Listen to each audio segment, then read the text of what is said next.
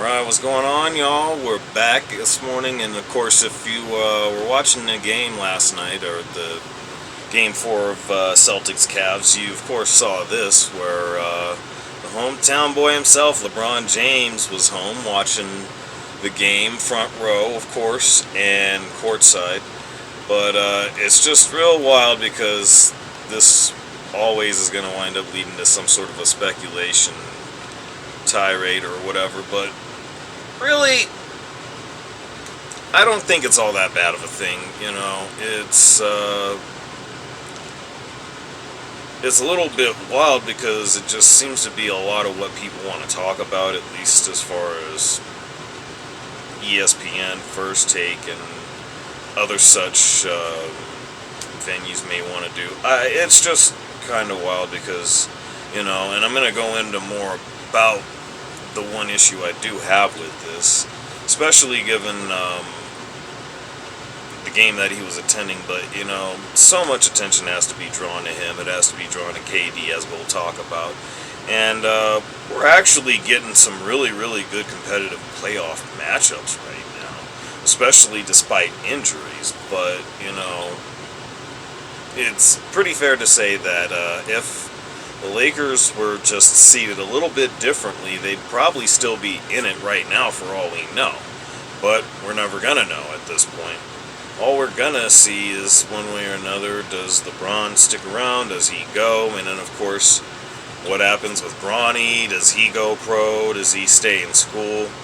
Honestly, if I'm Bronny, I'm thinking G League at this point, at the very least, I don't know what the odds of him getting drafted are. I know that they've been having a combine, and I'd like to think he's attended, but I really don't know what the expectations are. But one thing that I will say on this note, before I move on, is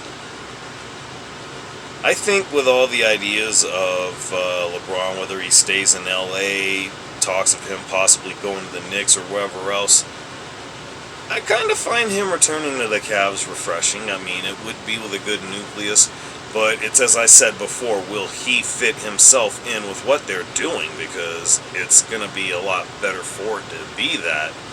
Just given, you got a guy like Donovan Mitchell, Darius Garland, and of course Jared Allen, who seems to have been a noticeable omission from the injury report because he hasn't been playing, but they were playing without Donovan Mitchell last night. I want to go a bit more into that, but what he would add to that group, I think, would actually be pretty impressive. And with that being said, we're going to jump to a whole other subject here, which will involve that guy, but not so much directly just yet. I didn't mean for it to be right there.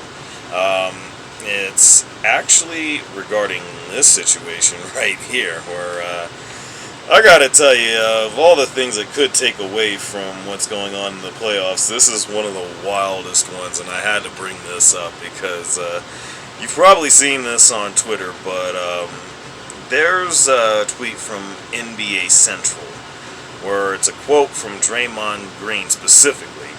He's saying, "The Suns have no big man. KD is the Suns' big man. They got no big man."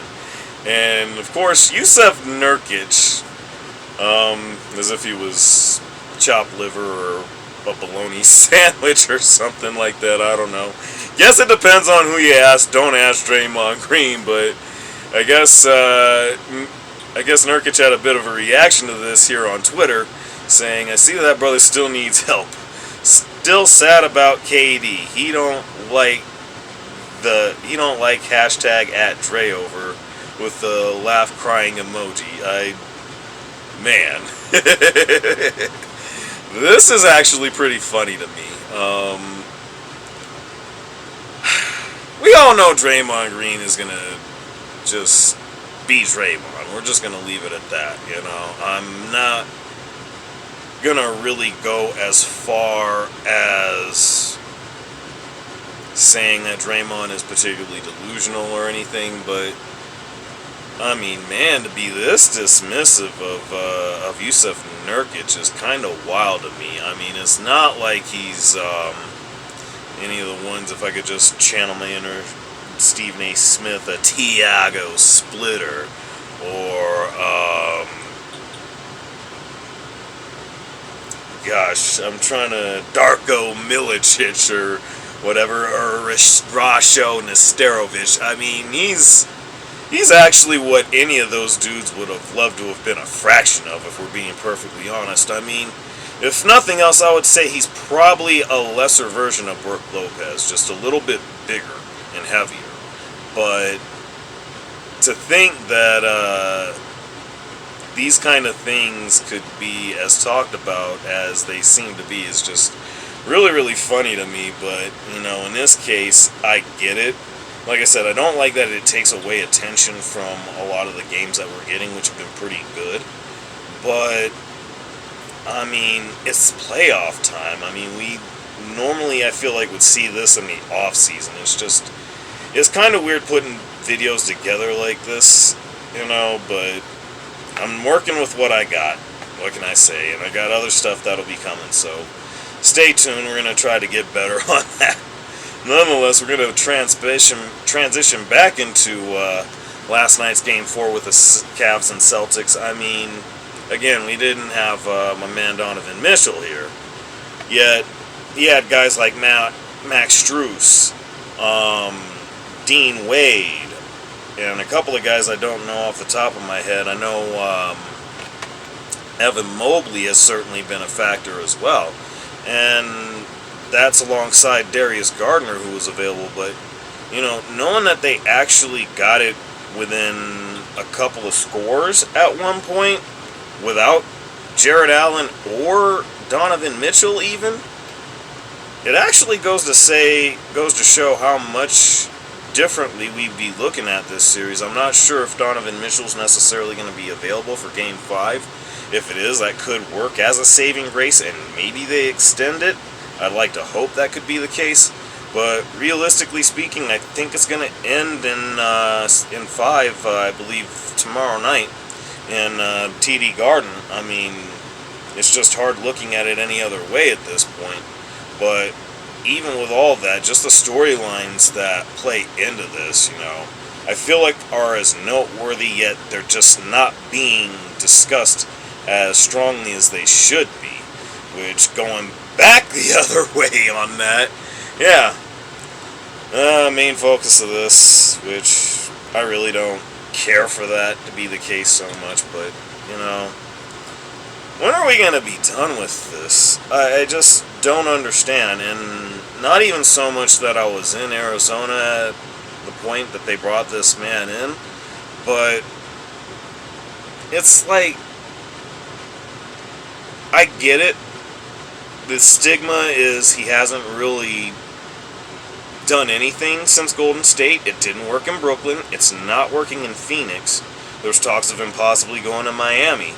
I don't know, maybe there's a chance he could go to the Knicks. I would like to think that window could still be open. He would really fit in there, if nothing else. I think he'd fit there better than LeBron would, personally. I just don't know, but, like, it's funny because he's definitely GOAT talent, yet there haven't really been GOAT results. I mean, his 2 championships were alongside the Golden State Warriors with Steph, Clay, and Draymond, who actually won another one after he left. But we're still talking about this man like this. I don't know. I really don't get it, but it just is what it is. I'm gonna let that be what it is, I guess. It's just wild to me that there's a necessity for it, the way that it is, but I don't know. Let me know what y'all think on it.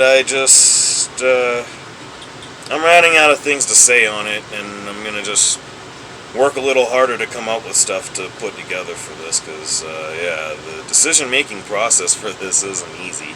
I really need to get back on some wrestling shit, so I guess expect that today or maybe tomorrow morning, or actually tomorrow afternoon, because my work schedule's a little bit different, but, y'all know what it is. If y'all are new, subscribe, like, share, comment, all that other stuff. I'll talk to y'all later. I'm out.